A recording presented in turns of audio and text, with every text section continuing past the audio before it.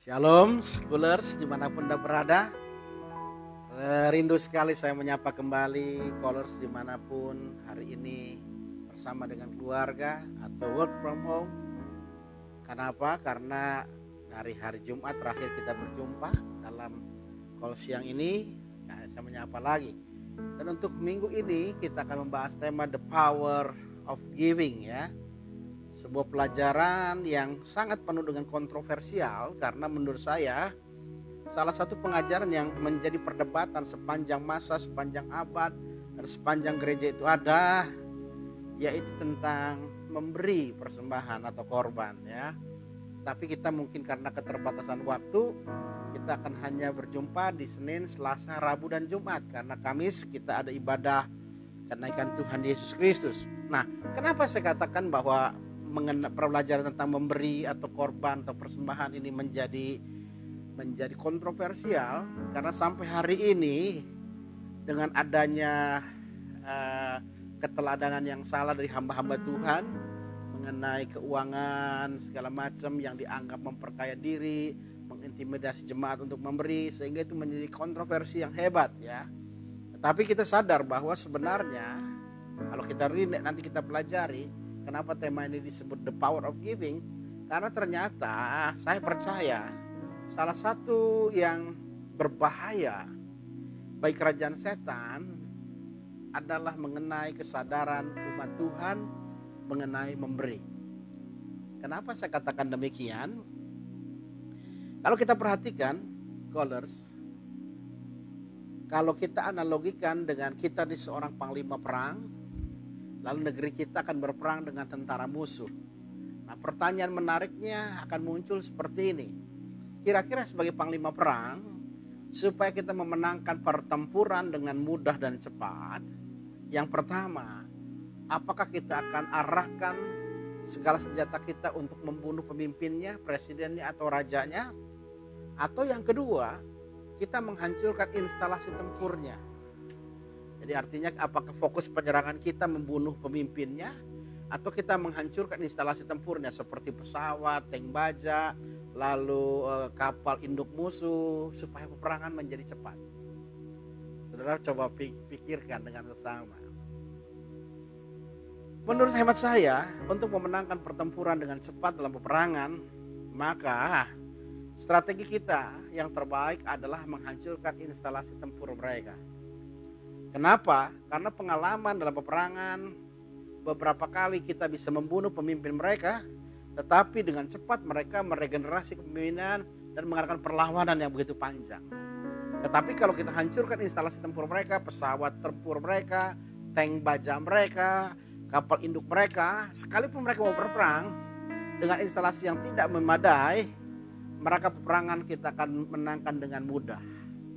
Nah, kalau kita analogikan seperti itu, kira-kira ketika iblis ingin menghancurkan seorang hamba Tuhan yang bernama Ayub, hamba Tuhan yang Alkitab berikan catatan seorang yang saleh, jujur, takut akan Allah dan menjauhi kejahatan. Ini 4 bintang yang dilekatkan dalam pundak Ayub oleh Allah. Dia seorang yang saleh, jujur, takut akan Allah dan menjauhi kejahatan. Artinya iblis ingin menghancurkan, memporak-porandakan hidup dengan Ayub.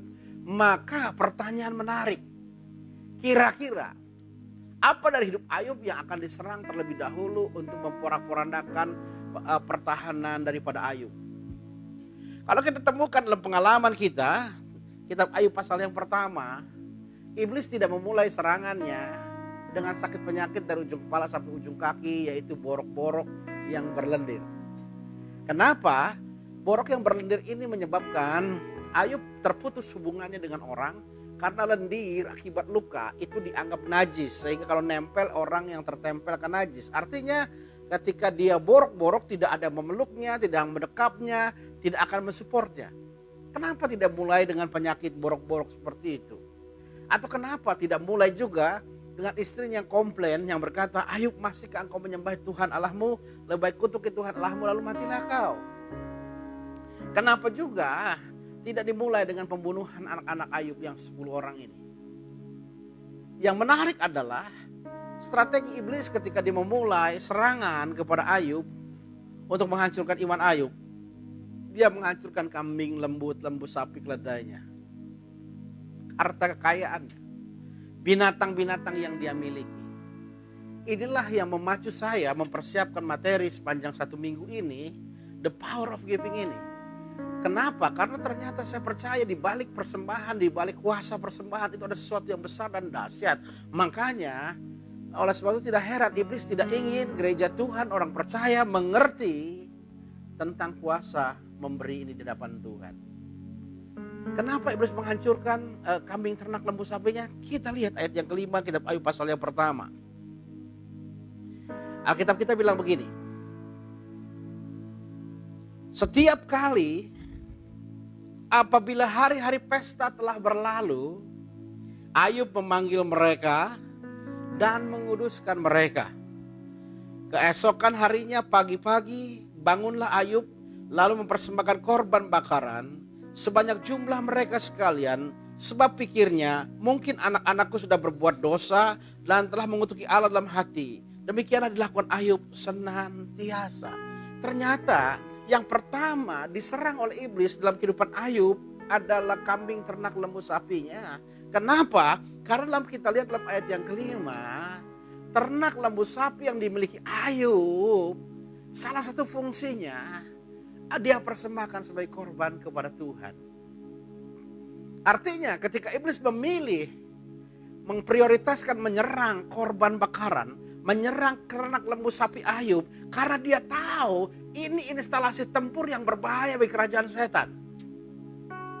Sehingga dia berharap dengan kehancuran secara kambing, ternak, lembu, sapinya, maka Ayub tidak lagi memberikan korban kepada Allah, maka Ayub tidak lagi memiliki hubungan yang intim dengan Tuhan, maka dia berharap dengan mudah Ayub ditaklukkan dalam peperangan rohani yang hebat ini. Artinya kita bisa menemukan sebuah kesimpulan yang dini bahwa korban persembahan itu menjadi sesuatu yang berbahaya dan menakutkan bagi kerajaan iblis. Nah, oleh sebab itu maka hari ini kita akan bahas sampai nanti Jumat tentang the power of giving ini. Nah, yang pertama kita perhatikan kenapa memberi itu sebuah power, sebuah otoritas yang hebat, sebuah kekuatan yang dahsyat. Coba kita baca dalam Ulangan pasal yang ke-15. Kita lihat Ulangan 15 ayat pertama sampai ayat yang ke-6. Bagaimana persembahan, korban, kemurahan hati itu sesuatu yang sangat berbahaya bagi kerajaan iblis ya. Perhatikan. Ulangan 15 ayat 1 sampai 6. Judulnya tahun penghapusan hutang. Jadi dalam tradisi orang Israel dalam perjanjian lama ada sebuah tradisi yang disebut tahun Sabat. Dan inilah salah satu penjelasan tentang tahun Sabat itu, tahun ke-7. Perhatikan. Ulangan 15 ayat 1 berkata demikian. Pada akhir 7 tahun engkau harus mengadakan penghapusan hutang. Jadi tahun ke-7, tahun Sabat adalah tahun pembebasan yang disebut penghapusan hutang. Ayat 2-nya. Inilah cara penghapusan itu. Setiap orang berpiutang harus menghapuskan apa yang dipinjamkannya kepada sesamanya. Janganlah ia menagih dari sesamanya atau saudaranya, karena telah dimaklumkan penghapusan hutang demi Tuhan. Dari seorang asing boleh kau tagih, tetapi piutangmu pada saudaramu haruslah kau hapuskan. Lihat skema yang Tuhan buat tahun penghapusan hutang, tahun Sabat itu buah daripada strategi Allah yang hebat. Skema yang Tuhan buat tahun penghapusan hutang itu apa yang terjadi? Ayat yang keempat berkata demikian. Perhatikan ayat yang keempat. Maka tidak akan ada orang miskin di antaramu, sebab sungguh Tuhan akan memberkati engkau di negeri yang diberikan Tuhan Allahmu kepadamu untuk menjadi milik pusaka. Tidak ada orang miskin di antaramu. Ayat 5-nya. Asal saja kau mendengarkan baik-baik suara Tuhan Allahmu dan melakukan dengan setia segala perintah yang kusampaikan kepadamu pada hari ini. Ayat 6-nya. Apabila Tuhan Allahmu memberkati engkau seperti yang dijanjikannya kepadamu, maka engkau akan memberi pinjaman kepada banyak bangsa, tetapi engkau sendiri tidak meminta pinjaman. Engkau akan menguasai banyak bangsa, tetapi mereka tidak menguasai engkau.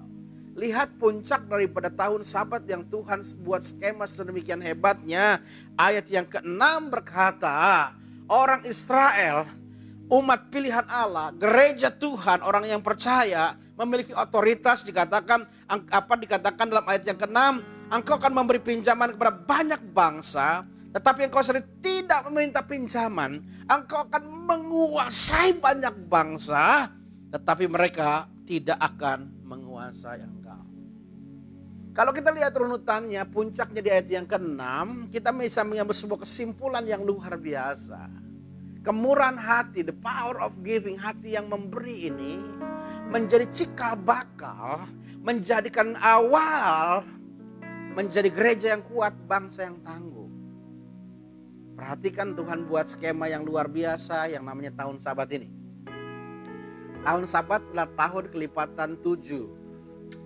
Di tiap tahun kelipatan 7 ada yang Tuhan buat untuk orang Israel. Disebut tahun Sabat. Yang pertama adalah tahun penghapusan hutang. Jadi setiap orang yang berpiutang, orang yang memiliki hutang, maka tahun ke-7 dianggap lunas. Maka tahun ke-8 tidak ada lagi orang yang punya hutang. Kenapa? Karena diputihkan. Artinya mereka tidak lagi terikat dengan hutang yang membuat mereka hidup bebas. Tahun yang ke-7 juga, tahun Sabat ini juga Tuhan rancangkan bagi orang Israel.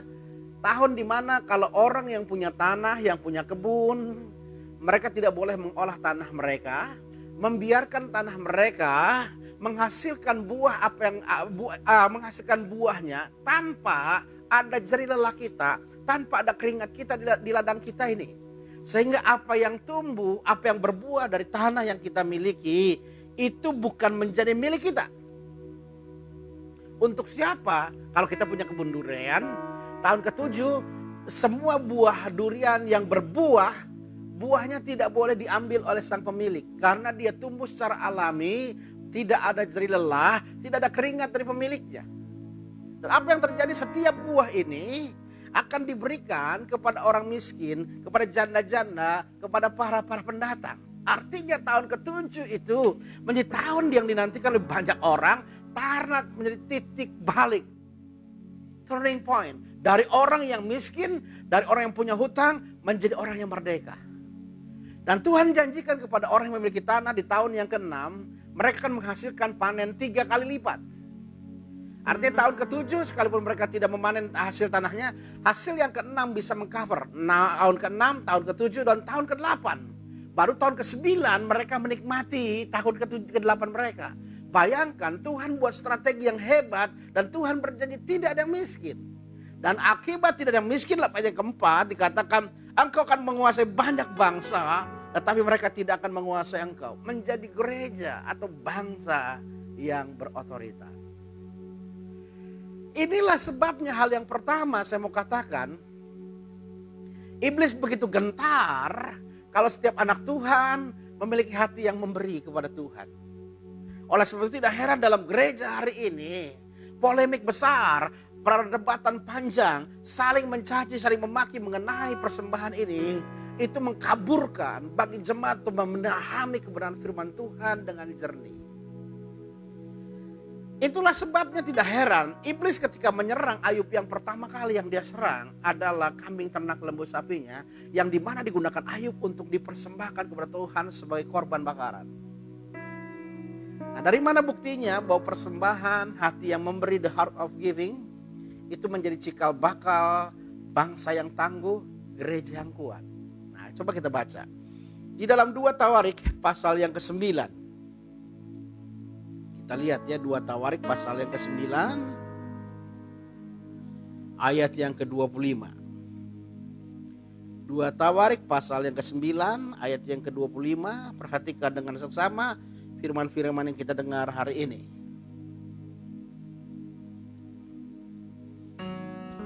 2 Tawarikh pasal 9 ayat 25 sampai ayat yang ke-28, maaf bukan 29, adalah kisah tentang Salomo, ya. Ayat 25-nya Alkitab kita memberikan catatan penting demikian. Salomo mempunyai juga 4.000 kandang untuk kuda-kudanya dan kereta-keretanya, dan 12.000 orang berkuda yang ditempatkan di dalam kota-kota kereta dan dekat raja di Yerusalem. Ayat 26-nya perhatikan. Perhatikan dengan seksama.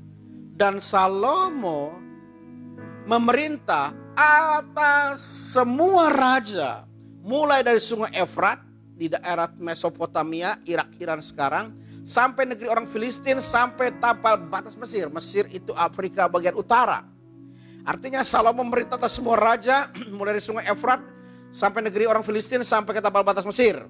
Raja membuat banyaknya perak di Yerusalem, sama seperti batu. Perak itu seperti batu yang nilainya tidak terlalu besar, karena betapa limpahnya, betapa kayanya bangsa Israel itu.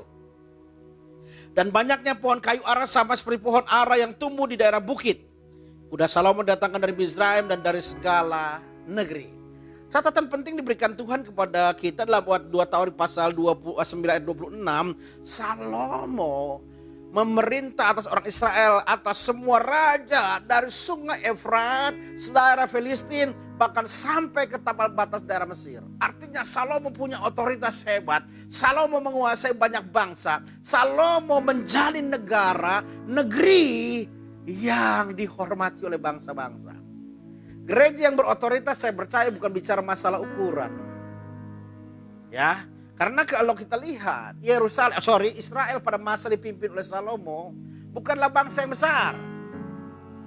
Dan Salomo bisa menguasai bangsa-bangsa yang Alkitab berikan catatan ayat 26. Itu hebatnya, selama 40 tahun Salomo memerintah sebagai raja, penaklukan demi penaklukan bangsa-bangsa itu tidak oleh kekerasan. Sebab selama 40 tahun Salomo memerintah Israel, Alkitab berikan catatan informasi kepada kita, tidak pernah satu kali pun Salomo mengadakan peperangan.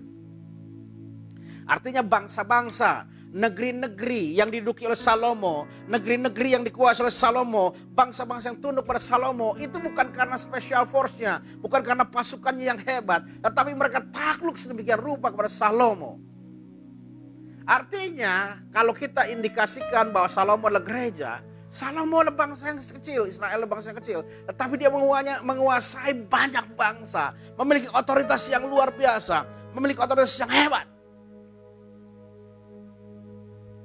Nah, pertanyaan menariknya adalah, kenapa Salomo bisa menguasai bangsa-bangsa? Kenapa Salomo bisa menaklukkan bangsa-bangsa?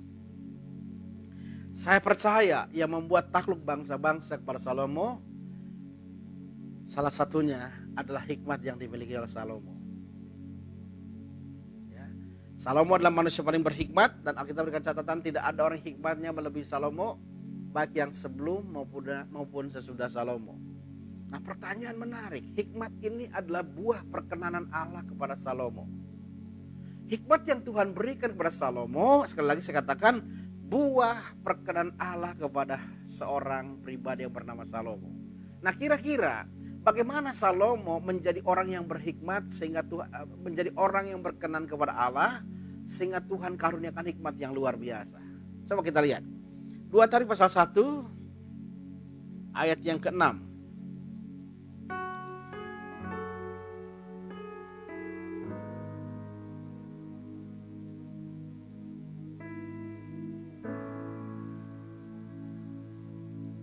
Dan 7 ya. Sampai 10 lah ya. 2 Tawarikh 1 ayat 6 sampai 10, perhatikan.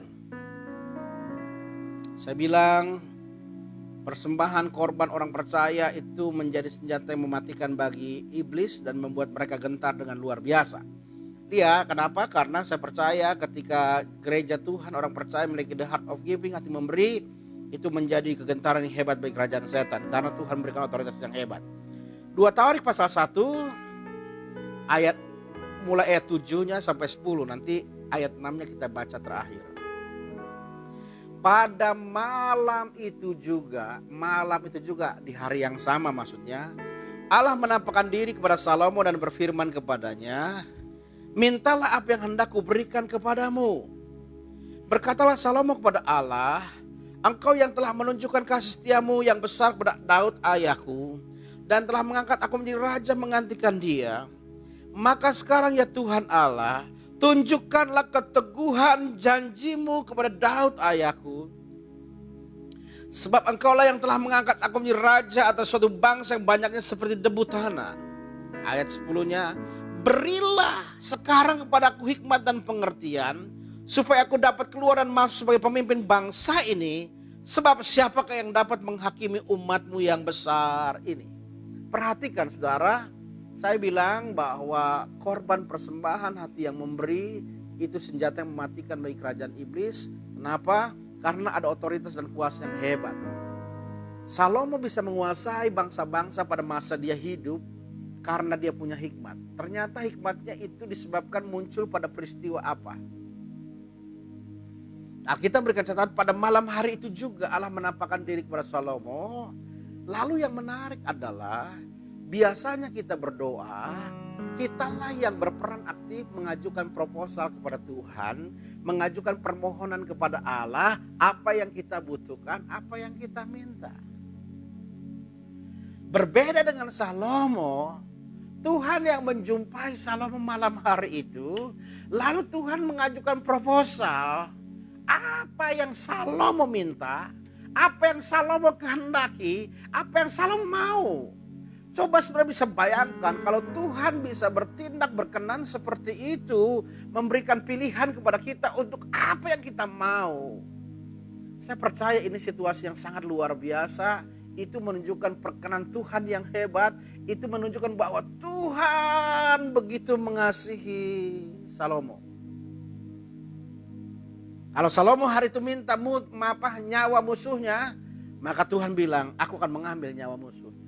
Kalau Salomo meminta kekayaan, kehormatan, Tuhan akan berikan. Tetapi Salomo berkata, aku minta hikmat.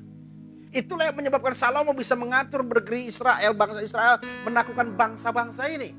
Tetapi kalau kita lihat cikal bakalnya Salomo mendapatkan perkenan Tuhan itu dari mana? Alkitab berkata pada malam hari itu juga Allah menampakkan diri kepada Salomo. Pada malam hari itu juga. Berarti sebelum malam ada peristiwa yang mendahulunya yang membuat Tuhan merespon dengan luar biasa. Apa itu? Ayat 6-nya lihat. Ayat 6-nya. Ini the power of giving yang hebat yang membuat gereja berotoritas punya dampak makna yang luar biasa. 2 Tawarikh pasal 1 ayat 6 bilang begini.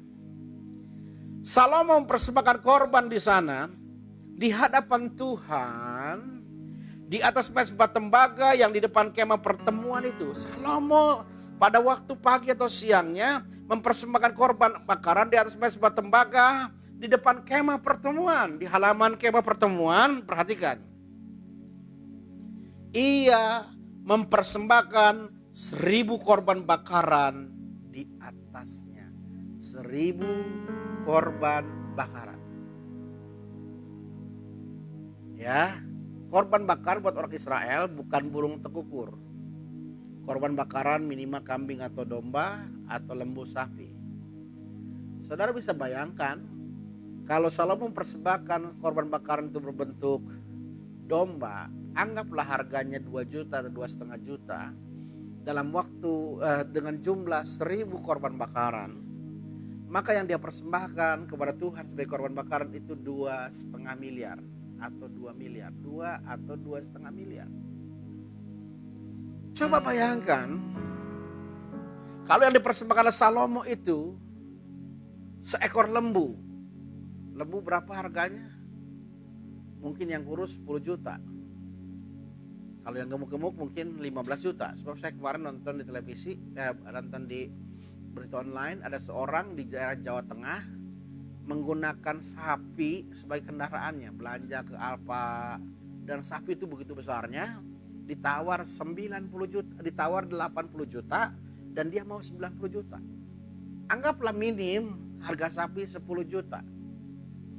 Kalau dia perkorbankan 1000 korban bakaran sapi kali 10 juta, 1000 ekor, maka yang dia persembahkan 10 miliar.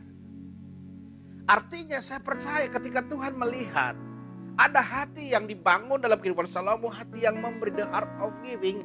Maka apa yang terjadi ketika Salomo mengorbankan 1000 korban bakaran di atas sebuah tembaga itu yang membuat Tuhan berkenan. Hatinya tersentuh, hatinya disenangkan. Dan malam hari itu juga Tuhan menjumpai Salomo dan berkata, mintalah apa yang kau kehendaki, aku akan berikan kepadamu.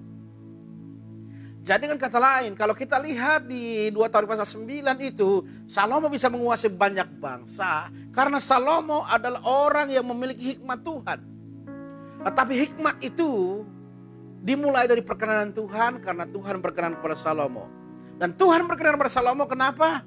Karena Salomo adalah seorang pemberi yang radikal giver.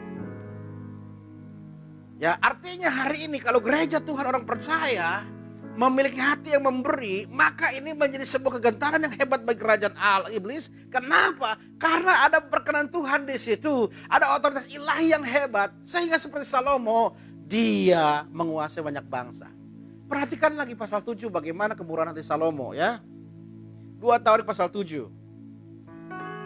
Mulai ayat 1 sampai ayat 5. Ini peristiwa ketika Salomo selesai membangun bait Allah, lalu prosesi peresmiannya, Tuhan hadir dengan otoritas dan kuasa di hadapan orang Israel. Perhatikan. 2 Tawarikh pasal 7 ayat 1 sampai 5 berkata demikian. Setelah Salomo mengakhiri doanya, api pun turun dari langit memakan habis korban bakaran korban sembelihan itu. Dan kemuliaan Tuhan memenuhi rumah itu. Para imam tidak dapat memasuki rumah Tuhan itu karena kemuliaan Allah memenuhi rumah Tuhan. Ketika segenap orang Israel melihat api turun dari langit, ketika segenap orang Israel melihat api itu turun dan kemuliaan Tuhan meliputi rumah itu, berlututlah mereka di lantai dengan muka mereka sampai ke tanah, lalu sujud menyembah dan menyanyikan syukur bagi Tuhan. Sebab ia baik bahwasannya selama-lamanya kasih setianya. Artinya ketika Tuhan meresmikan bait Allah itu, mentahbiskan bait Allah itu, dia hadir dengan otoritas kuasa dan kemuliaannya. Dengan cara apa? Menghadirkan api dari langit memakan habis korban bakaran, korban sembelihan. Hari nyaris tidak pernah terjadi lagi Tuhan melantik hambanya, baik seorang raja maupun pendeta, dengan otoritas yang hebat seperti Salomo.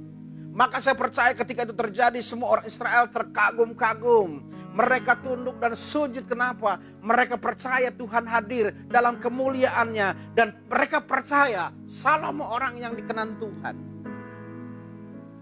Nah pertanyaannya, kenapa Tuhan harus menghabiskan korban bakaran itu dengan api dari langit?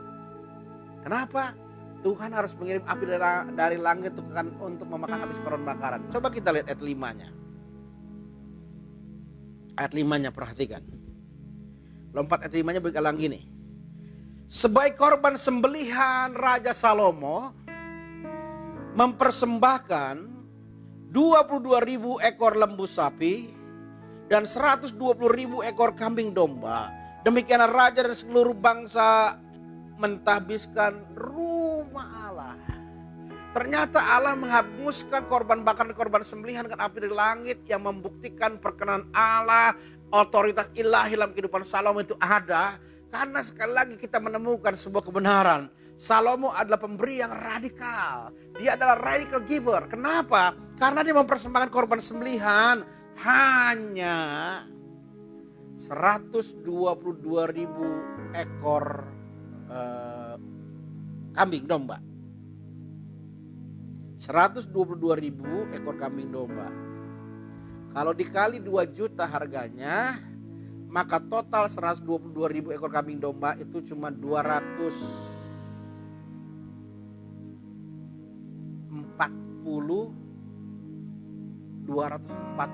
miliar. 240 miliar. Hanya sesuatu untuk yang dikorbankan atas mezbah Tuhan, dia korbankan 240 miliar rupiah nilainya kalau kita konversi. Lalu kita di ayat yang sama mencarikan catatan, dia menyerahkan, mempersembahkan 22.000 ekor lembu sapi. 22.000 ekor lembu sapi dikali 10 juta, harganya 220 miliar. Jadi kalau dijumlahkan, maka korban yang dipersembahkan kepada Allah ketika mentahbiskan rumah Allah, bait Allah yang kudus, 460 miliar. Wow. Itulah sebabnya Tuhan berkenan kepada Salomo. Karena dia seorang pemberi yang radikal, sehingga perkenan Tuhan ada dalam kehidupannya, maka otoritas ilahi diberikan ke dalam hidupnya. Saudara bisa bayangkan kenapa api turun dari langit memakan habis korban bakaran itu? Saudara bisa bayangkan dalam imajinasi kita, berapa space, berapa luas lapangan yang disediakan untuk korban sembelihan ini. Alkitab catat 120.000 ekor kambing domba.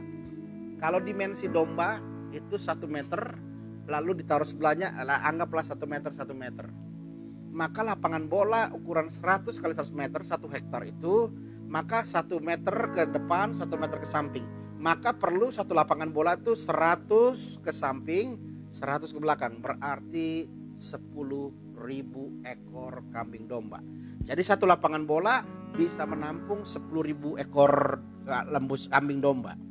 Kalau 122.000 ekor berarti perlu 12 lapangan bola untuk menampung 120.000 ekor kambing domba.